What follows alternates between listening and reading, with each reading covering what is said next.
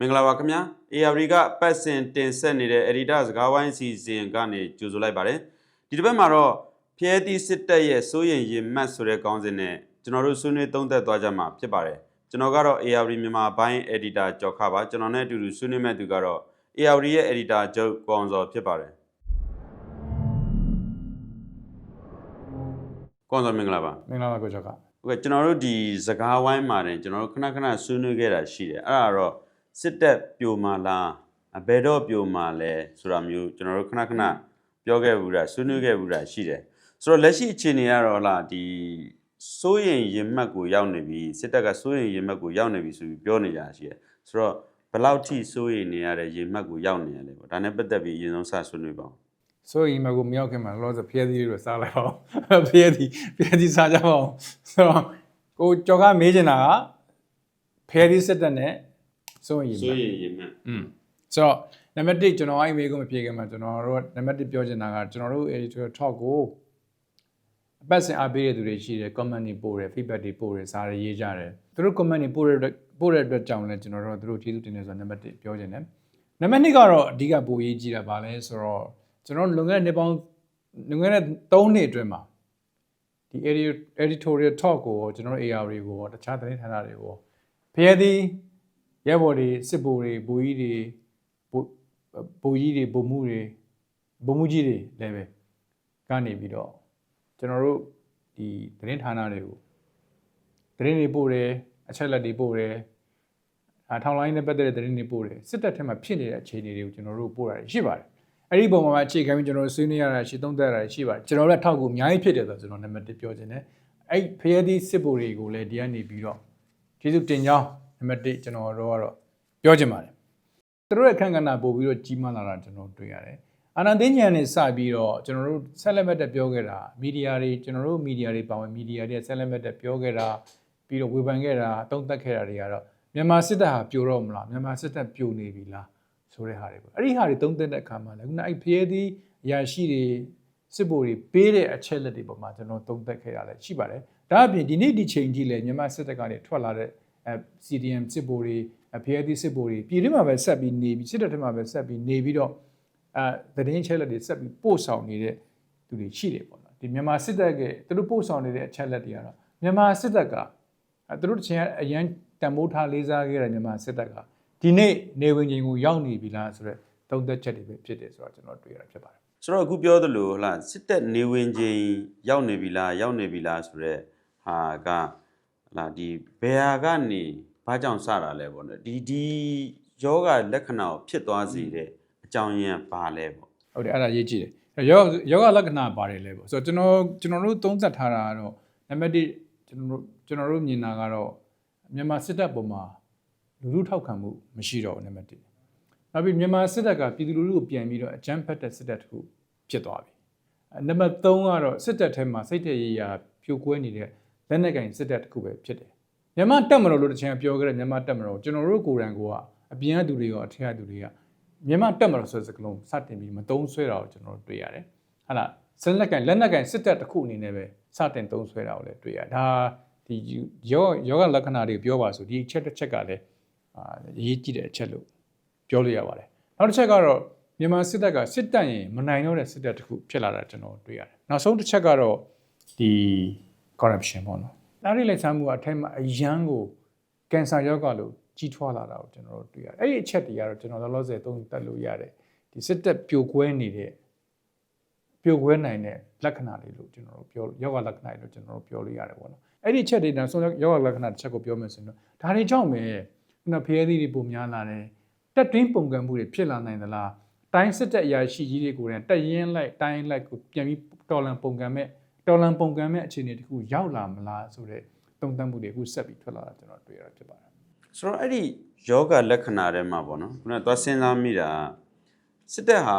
သူလုပ်ရမဲ့နိုင်ငံတော်ကာကွယ်ရေးအလုပ်ကိုမလုပ်ဖဲနဲ့မှာဟလာဒီစီးပွားရေးလိုမျိုးဟလာနိုင်ငံရေးလိုမျိုးမှာသူကဒီဝင်ပြီးတော့ချုပ်ကင်လိုက်တာရှိတယ်ဆိုတော့အဲ့ဒီစီးပွားရေးလိုနိုင်ငံရေးလိုကိစ္စမျိုးမှာဝင်ပြီးတော့သူ့ရဲ့ပါဝင်ပတ်သက်မှုဟာဒီကာကွယ်ရေးကိစ္စလိုမျိုးအခုလိုခုနပြောသလိုမျိုးပြိုဆင်းသွားတဲ့စစ်တပ်အခြေအနေကိုရောက်သွားတဲ့ လို့မထင်ဘူးလားဒီအနေနဲ့ပတ်သက်ဘယ်လိုမြင်လဲပေါ့ အဲ့ပေါ့အဲ့ဒါကတော့သူလောမဲ့အလုပ်တစ်ခုကိုသူဝင်လုပ်နေတဲ့ကိစ္စပေါ့နော်ဆိုတော့1962ကစပြီးမြန်မာစစ်တပ်ကနိုင်ငံရေးမှာပါခဲ့တယ်1988နောက်ပိုင်းမှာတော့တပ်ဟာအုပ်ချုပ်ရေးစီးပွားရေးနိုင်ငံရေးဒါအပြင်နိုင်ငံကဆက်ဆံရေးမှာပါဝင်လာတာကိုကျွန်တော်တို့တွေ့ရတာဖြစ်တယ်နိုင်ငံတော်တစ်ခုလုံးကိုထိန်းချုပ်လာတဲ့ institution တစ်ခုဖြစ်နေရပ်တည်လာတာကိုကျွန်တော်တို့တွေ့ရတယ်အဲ့မှာအရက်သားတွေအခမ်းကဏ္ဍပျောက်သွားတာကျွန်တော်တို့တွေ့ရတယ်ဆိုတော့အဲ့ဒါကိုဒီနေ့မြန်မာစစ်တပ်ကြုံနေရတဲ့စစ်ကောင်စီကြုံနေရတဲ့အကြီးမားဆုံးစိန်ခေါ်မှုတစ်ခုလို့ကျွန်တော်တို့ပြောလို့ရတယ်ဆိုတော့ဒါကြောင့်လေမြန်မာစစ်တပ်ရဲ့နိုင်ငံရေးခန့်ကဏ္ဍကို short ချတဲ့နဲ့ short ချရမယ်လို့ပြောခဲ့တော့လည်းပဲဒီနေ့ဗိုလ်ချုပ်ကြီးမင်းအောင်လှိုင်ရဲ့လက်ထက်မှာနိုင်ငံရေးခန့်ကဏ္ဍကိုပို့ပြီးမြင့်လာဖို့ကြိုးစားလာတွေ့ရတယ်နိုင်ငံတော်အာဏာပြန်ပြီးထိမ့်သိမ်းဖို့ကြိုးစားခဲ့တာတွေ့ရတယ်ဒါသူတို့ရဲ့မဟာပဲသူတို့တကယ်ကိုအကြီးကျယ်တဲ့စိန်ခေါ်မှုတစ်ခုပဲလို့သုံးသပ်နေကြတာဖြစ်ပါတယ်ခုနဒီကျွန်တော်တို့ရဲ့ဒီစကားဝဲမစခင်တော့ကျွန်တော်တို့ဒီနောက်တယောက်ကပြောတယ်ဟာဒီစစ်တပ်ဟာတဲ့ဒီ DSA ဆင်းသွားလို့ရှိရင်သူတို့တပ်ပင်ညုတညံရသွားတဲ့ပုံကိုယ်တွေလို့သူတို့ကထင်နေကြတယ်တဲ့အလုံးစုံသိမြင်တော်မူသောပုံကိုယ်တွေပေါ့နော်အဲ့လိုမျိုးသူတို့ထင်သွားတယ်တဲ့ဒီဟာကရောကြက်ဆင်းသွားတဲ့ထဲကအကြောင်းအရာတစ်ကြောင်းဖြစ်မလားပေါ့ဒီနိုင်ငံတော်ပြည့်စည်သွားစေတဲ့လမ်းကြောင်းထဲကိုဝင်သွားတဲ့သူတို့ရဲ့အတွေ့ဖြစ်ခဲ့သလားပေါ့အခုတိုင်းပြည်အာဏာကိုယူထားတဲ့တိုင်းပြည်အာဏာကိုတင်ထားတဲ့ဗိုလ်ချုပ်ကြီးမင်းအောင်လှိုင်ဆို DSA စင်းဖြစ်တယ် DSA စင်းဆိုရင်အလုံးစုံကိုသိမြင်တော်မူတယ်ဆိုတော့ curriculum ပေါ့နော်သင်ယူညွှန်းတမ်းပေါ့ဒါသူတို့ကောင်းတမ်းမှာဆွဲနေပြီအာဏာသိမ်းခဲ့တဲ့ဗိုလ်ချုပ်ကြီးမင်းအောင်လှိုင်ဒီနေ့အဲ့ဒီအသည့်အမြင်နဲ့ပဲတိုင်းပြည်ကိုအုပ်ချုပ်နေကြတိုင်းပြည်ဘယ်နေရာရောက်နေပြီလဲဆိုတော့ကျွန်တော်တို့မြင်ရတယ်ဒါအပြင်သူ့ပေါ်မှာတပ်ကဘယ်လောက်ထိထောက်ခံမှုရှိလဲဆိုတဲ့ကိစ္စပေါ့နော်ဒီနေ့ဒီအချိန်မှာတပ်ချုပ်ပေါ်မှာတပ်ထဲမှာပဲတပ်ချုပ်ပေါ်မှာဟာလားဝေဖန်မှုတွေသူ့ရဲ့ခေါင်းဆောင်မှုညံ့ဖျင်းမှုပေါ်မှာဟာလားဝေဖန်တဲ့အတန်တွေအပြင်းဆုံးခံနေရတဲ့အချိန်တွေကျွန်တော်တို့ရှိရလို့ကျွန်တော်တို့ပြောလို့ရတယ်နံပါတ်2ကတော့ရမခအတိုင်းကျသွားတဲ့အချိန်နဲ့စပြီးတော့အဲ့ဒီတင်းဟာတက်ထဲမှာရိုက်ခတ်မှုအကြီးကျယ်ရှိတယ်ဆိုတော့ကျွန်တော်တွေ့ရတယ်တက်ပေါ်မှာအခုချိန်မှာစိန်ခုံမှုတွေချင်းချောက်မှုတွေအများကြီးရှိနေတဲ့ကာလဖြစ်တယ်အဲ့ဒီကာလကလည်းဗိုလ်ချုပ်ကြီးမင်းအောင်လှိုင်အုပ်စိုးနေတဲ့ကာလအတွင်းမှာဖြစ်ခဲ့တယ်လို့ကျွန်တော်တို့ပြောလို့ရပါတယ်ဆိုတော့တက်ထဲမှာဆိုရင်ဗိုလ်ချုပ်ကြီးမင်းအောင်လှိုင်ရဲ့လက်ထက်မှာအရေးချင်းရောအရေးသွေးပိုင်းမှာပို့ပြီးဆွေးရုပ်လာတာကိုတွေ့ရတယ်စစ်တပ်ထဲမှာစစ်တပ်ဆိုတာကဒုဆိုတာရှိတယ်နော်နောက်စိတ်တက်ဆိုတာရှိတယ်အဲ့တော့ဒီနေ့ဒီချိန်မှာကျွန်တော်တို့ဒုရောစိတ်တက်ကိုရောကျွန်တော်တို့တက်ထဲမှာမတွေ့ရတော့ဘူးအရှုံးစိတ်ကိုတို့ကျွန်တော်တို့တွေ့ရတယ်နောက်တစ်ခုပို့ဆိုတာကဗိုလ်ချုပ်ကြီးမင်းအောင်လှိုင်ကတက်ချုပ်ကနေပြီးတော့ဟာလားတစ်ပင်ဆိုင်ရင်တစ်ပင်လိုက်ဆက်ရတယ်ဖျားရှိခိုးရင်တိုင်းပြည်လုံးမှာရှစ်တက်တည်းကဖျားလိုက်ပြီးရှိခိုးရတယ်အဲ့တော့ရမခတိုင်းမှုတွေကလည်းစစ်မတိုက်ပဲနဲ့တစ်ပင်လိုက်ဆက်ရတယ်ဟာလားဖျားလိုက်ရှိခိုးရတယ်ဆိုတဲ့ဟာမျိုးတွေပေါ့နော်ဒါတက်ကိုအာနာရှင်ကဘလို့အုပ်ချုပ်နေလေအဲ့အာနာရှင်ရဲ့စနစ်ကြောင့်တက်ကဘလောက်ပျက်စီးသွားသလဲအာနာရှင်ကြောင့်တက်ကလည်းစနစ်ရသားကောင်ဖြစ်သွားတာပေါ့နော်ဆိုတော့အလုံးကောင်းပါသည်ခမားဆိုတဲ့ report တွေကြားထဲမှာပဲစစ်တပ်ခေါင်းဆောင်တွေကဒီနေ့တက်ဘလောက်ထိပျက်စီးနေတယ်ဆိုတော့သူတို့သတိမမှုဖြစ်နေတယ်ဆိုတော့ကျွန်တော်တို့တွေ့ရတာဖြစ်တယ်လို့ကျွန်တော်မြင်တယ်ဒီနေ့ဒီချိန်ကျမှတက်ကဘလောက်ထိယိုရင်းပျက်စီးနေတယ်ဆိုတာကိုဒီနေ့ဒီချိန်ကျမှကျွန်တော်ထင်ထင်ရှားရှားကြီးကိုကျွန်တော်တို့အတွင်းသိကျွန်တော်တို့မြင်ရတယ်လို့ကျွန်တော်တို့အဲ့လိုပဲထင်ပါတယ်ဟုတ်ကဲ့တက်တင်ယူရင်းပျက်စီးသွားတာမဟုတ်ဘဲနဲ့မှာလာဒီတက်ခေါင်းဆောင်ရဲ့အစီမံမှုတွေညံ့ဖျင်းမှုတွေကြောင့်အခုဆိုလို့ရှိရင်တိုင်းပြည်ပျက်စီးသွားတဲ့အခြေအနေဥပမာလူတွေအခုလမ်းဘေးမှာစီတန်းစီနေရတဲ့ဒုက္ခတွေကုန်စည်နှုန်းတွေမိုးထိုးတက်နေတဲ့ဒုက္ခတွေဟလာဒေါ်လာဈေးဘတ်ဈေးတွေဒီစိုးစိုးဝါကျဆင်းသွားတဲ့ဟာပေါ့နော်ဒီမြန်မာငွေအခြေအနေကတော်တော်စိုးစိုးဝါဖြစ်နေရတဲ့ဟာတွေကိုခုကအတိုက်ခံနေတယ်မဟုတ်ဘဲနဲ့မှာတက်ထောက်ခံတဲ့လူတွေပါကြုံနေရတာပေါ့ဒါကြောင့်မို့သူ့ရဲ့ခေါင်းဆောင်မှုမေကွန်းထုတ်လာကြတဲ့အနေဖြစ်တာဒါကြောင့်အာဏာရှင်စနစ်ကြောင့်တိုင်းပြည်လည်းပြတ်တယ်တက်လည်းပြတ်တယ်နှစ်ခုစလုံးပြတ်တယ်လို့ကျွန်တော်တို့ပြောလို့ရဒါပေမဲ့အဲ့ဒါကိုပြုပြင်ပြောင်းလဲဖို့ရအောင်မလားလို့မေကွန်းထုတ်တဲ့သူတွေကလည်းဒီအချိန်ကနောက်ကျနေပြီလို့တော့သူတို့မေကွန်းသူတို့ပြန်ဖြေနေတာရှိပါတယ်ဒီပျက်စီးမှုတွေထဲမှာပေါ့နော်ဒီခုန corruption လို့ခေါ်တဲ့အကျင့်ပြတ်ချစားမှုတွေကရောဘယ်လောက်ထိခေါင်းစဉ်ကြီးတည်းအနေနဲ့ပါနေလဲပေါ့ကျွန်တော်တို့ corruption လို့ပြောရင်ဦးတန်းရွှေလက်ထက်မှာဗာဆိုဗိုလ်ချုပ်မူကြီးဟောင်းဦးတန်းရွှေလက်ထက်မှာစခဲ့တဲ့ corruption ပေါ့နော်တက်ကအဲ့မှာစပြတ်တယ်လို့ကျွန်တော်တို့ပြောလို့ရတယ်အဲ့တော့သူကလည်းတက်ထဲမှာဩဇာအာဏာမရှိတဲ့ခါကျတော့ corruption ကို trap out တစ်ခုအနေနဲ့ထားပြီးတော့တက်ကိုထိန်းခဲ့ပုံရတယ်လို့တွက်ချက်လို့ရပါတယ်ဆိုတော့ အဲ့ဒီမှာကျွန်တော်တို့ကဗာမြင်ရလဲဆိုတော့ဗိုလ်ချုပ်ကြီးတွေမီလီယံနာတွေဖြစ်ကုန်တာတွေ့ရတယ်ခရိုဒီတွေနဲ့ပေါင်းပြီးတော့project တွေလုပ်ကြတာကိုကျွန်တော်တွေ့ရတယ်သူတို့ရှေ့တန်းမှာသူတို့စက်ပြငှက်ပြောက်ဖြစ်ကုန်တာတွေ့ရတယ်ဆိုတော့မြန်မာစစ်တပ်ကစစ်မတိုက်တော့ဘဲနဲ့စီးပွားရေးလုပ်တယ်နိုင်ငံရေးလုပ်တယ်ဆိုစစ်တပ်တစ်ခုဖြစ်လာတာကိုကျွန်တော်တို့တွေ့ရတယ်အဲ့ဒီမှာသူတွေ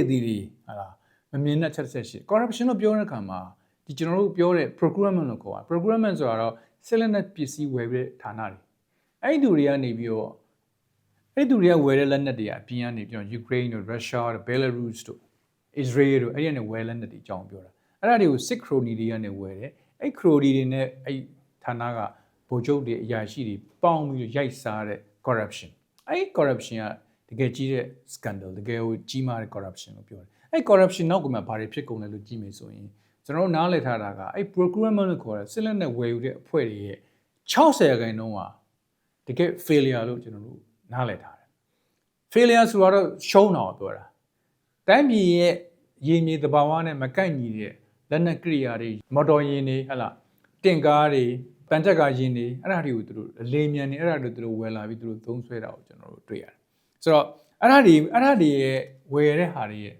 60%ကျော်က fail ဖြစ်တယ်လို့ကျွန်တော်တို့နားလည်ထားတယ်ပေါ့နော်ဆိုတော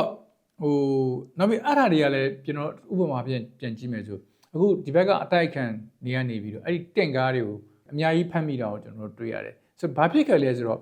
ဥပမာပြောမယ်ဆို Belarus နဲ့ Ukraine မှာရှိတဲ့တင့်ကားကိုတရုတ် engine ထည့်မောင်းတာမျိုးပေါ့ဆိုတော့ဒီတင်ကားတွေကဘလို့မှဒီစစ်မြေပြင်မှာမောင်းလို့ရတဲ့စစ်ကားတွေရင်းနေမဟုတ်တော့အဲ့လိုဖြစ်လာအဲ့ဒါ corruption တစ်ခုပဲအဲ့ဒါရေးကြည့်လို့ကျွန်တော်တို့မြင်တယ်ဆိုတော့ဒါအပြင်ဒီတင်ကားတွေကိုကြည့်မယ်ဆိုရင် quality မပြည့်တဲ့အပြင်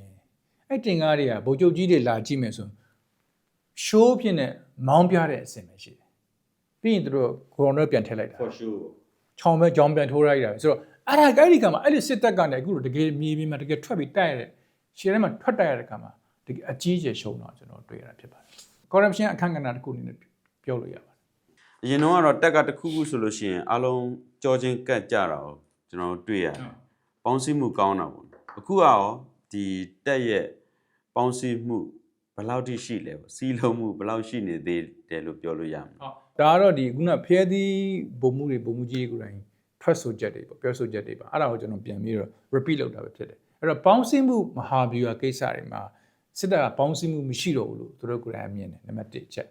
ဥပမာအဖြစ်ပြောမှဆိုလက်နက်ကြီးတက်အမြေပြင်တက်တန်တက်ကတက်အဲ့ဒါတွေပေါင်းဆက်နိုင်စွမ်းနဲ့ညှိနှိုင်းမှုပိုင်းပေါ့နော်အဲ့ဒီဟာတွေမှာပြဿနာအကြီးကျယ်စိန်ခေါ်မှုအများကြီးရှိတယ်လို့ကျွန်တော်တို့သူတို့တွေ့ရတယ်လို့ပြောကြတာရှိတယ်ဒါကြောင့်သူတို့ကိုယ်တိုင်သူတို့ပါဇက်ကပြောတာပါလဲဆိုတော့စစ်တပ်ကဟန်မဲရှိတော့တယ်လို့သူတို့ကပြောတယ်အရေးကြီးဆုံးဖြစ်တဲ့ရဲဘော်ရဲဘက်စိတ်လုံးဝမရှိတော့ဘူးဆိုတာအဲ့ဒါသူတို့ရဲ့အဓိကကြီးမားတဲ့ကြာရှုံးမှုတစ်ခုလို့ပဲကျွန်တော်သုံးသပ်ပါတယ်ဟုတ်ကဲ့အခုတက်ကြားထဲမှာပေါ့နော်လက်နက်ကင်ထားတဲ့အဖွဲ့အချင်းချင်းကြားထဲမှာတော့ကွဲပြားခြားနားတာတွေကိုကျွန်တော်တို့တွေ့ရတယ်အထူးသဖြင့်တော့ဒီ2021ဒီနွေဦးတော်လှန်ရေးကာလမှာပေါ့နော်ဥပမာပြည်သူ့ကာကွယ်ရေးတပ် PDF တွေနဲ့တိုင်းရင်းသားလက်နက်ကင်တွေပေါ်မှာမြင်တဲ့ပြည်သူလူထုရဲ့အမြင်ကတစ်မျိုးစစ်ကောင်စီတပ်ကိုမြင်တဲ့အမြင်ကတစ်မျိုးပေါ့ဒီကွဲပြားမှုလေးနည်းနည်းဆွေးနွေးပြပါဒီနေ့ခေတ်မှာဆိုရင်ရှီရန်ကိုထွက်ဖို့အတွက်ကိုဘိန်းစလှိမ့်ကြတဲ့ကိုကနေပြီးတော့ကာဗနစ်စီလူပနေရောက်ဆိုတာကိုဒါတောင်လိုင်းတက်တွေရဲ့လက်ထဲကိုဒါမှမဟုတ်တိုင်းသားတက်တွေရဲ့လက်ထဲကိုဒီသတင်းတွေရောက်နေပြီဆိုတော့ဒါကိုကြည့်မယ်ဆို intelligence ရအစဟိုဘက်ကဘယ်လောက်တာလဲမြန်မာစစ်တပ်က intelligence ရဘယ်လောက် fail ဖြစ်လဲဆိုတာကျွန်တော်တို့တွေ့ရတာဖြစ်နံပါတ်1ချက်အနေနဲ့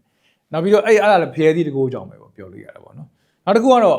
2019မှာ2015မှာဖြစ်ခဲ့တဲ့ကိုကန်စစ်ပွဲကိုကျွန်တော်ပြန်ကြည့်လို့ရတယ်လွန်ခဲ့တဲ့6နှစ်9နှစ်ကဖြစ်ခဲ့တဲ့စစ်ပွဲကိုပြန်ကြည့်မယ်ဆိုအဲ့တော့ကနောင်ချိုတို့ကြောင်မဲတို့ကစပြီးထွက်ပြီးတော့ပြည်သူတွေကစမြန်မာစစ်တပ်ကိုကြိုးဆိုခဲ့တာတွေရှိခဲ့ပါတယ်ဒါပေမဲ့ဒီနေ့ဒီချိန်မှာဖြစ်နေတဲ့စစ်ပွဲတွေမှာဘယ်ပြည်သူလူထုကမှထွက်ပြီးမြန်မာစစ်တပ်ကိုထောက်ခံကြိုးဆိုတာမရှိဘူးဆိုတာကျွန်တော်တို့တွေ့ရတာဖြစ်တယ်ဆိုတော့ PDF ကိစ္စတွေအမှားမိတ်ပေါင်းစည်းမှုတွေပြောမယ်ဆိုရင်အဲ့တစ်ချက်ကလည်းဒီဘက်မှာအလကားနေဒီဘက်မှာအလိုလိုနေရနေတဲ့လူထုရဲ့ကူညီထောက်ပံ့မှုကိုကျွန်တော်တို့ရတယ်လို့ပြောတာပေါ့နော်ပြောလို့ရတာပေါ့နော်နောက်တစ်ခုကတော့မြောက်ပိုင်းမှာပြောမယ်ဆိုရင်တော့ဟန်ချက်ညီလှုပ်ရှားနိုင်မှုဖွဲ့စည်းမှုစစ်တပ်ပုံစံနဲ့သွားနိုင်မှုစစ်တပ်ပုံစံနဲ့ဖွဲ့စည်းမှုယူနီဖောင်းအစားပေါ့နော်အဲ့ကိစ္စတွေမှာတော့ဒီဘက်ကတာတယ်လို့ပြောလို့ရတယ်ဒါကြောင့်လဲ တောင်ပိုင်းကမလုံနိုင်တဲ့အလုပ်တွေဖြစ်တဲ့မြို့သိမ်းတိုက်ပွဲတွေအစမြောက်ပိုင်းကအုပ်စုတွေကအသေးချာဖော်ဆောင်နိုင်တာကိုတွေ့ရတယ်နောက်ဆုံးချက်ကတော့မဟာမိတ်တွေနဲ့ပူးပေါင်းမှုတွေပေါ့အဲ့ဒီခါမှာမြောက်ပိုင်းတပ်တွေကအားသာမှုရှိတယ်ကျွန်တော်ပြောချင်တာ PDF တွေကိုပြောတာပေါ့နော်ဆိုတော့အဲ့ဒါတွေကိုလုံနိုင်တဲ့အတွက်ကြောင့်လဲမြန်မာစစ်တပ်ကတော်လိုင်းတက်တဲ့ပုံမှာသူကကြောက်စိတ်ပို့ပြီးတော့ဝင်လာတာကိုကျွန်တော်တို့တွေ့ရတယ်လို့ကျွန်တော်တို့အဲ့လိုပဲမြင်ပါတယ်ပြန်ပြီးတော့နေကုန်းချုပ်မယ်ဆိုရင်တော့တစ်ချက်မြန်မာစစ်တပ်ကပြောင်းလဲဖို့အတွက်အချိန်နောက်ကျနေပြီအဲ့ဒါသူ့ကိုကျင်းတူပြီးမြေဖို့ပြီးတော့တကြိုမဲ့အစီအစဉ်တကြိုရမယ့်အချိန်ကိုရောက်နေပြီလားဆိုတဲ့မိကုန်းလဲဒါကြောင့်မင်းနေကြတာဖြစ်တယ်ပေါ့နော်ဒါကြောင့်ကျွန်တော်တို့အစပိုင်းမှာပြောခဲ့တဲ့တိုင်းမှုတွေတက်မှုတွေကနေပြီးတက်ရင်းလိုက်တိုင်းလိုက်တော်လန်ပုံကံကြမှာလားအဲ့ဒီတော်လန်ပုံကံမဲ့အချိန်ကိုကျွန်တော်တို့တွေ့ရတော့မလားဆိုတော့ဟာကအရေးကြီးလို့ကျွန်တော်တော့ထင်ပါတယ်ဟုတ်ကောင်းဆိုကျေးဇူးတင်ပါတယ်ကျေးဇူးတင်ပါတယ်ကိုကျော်က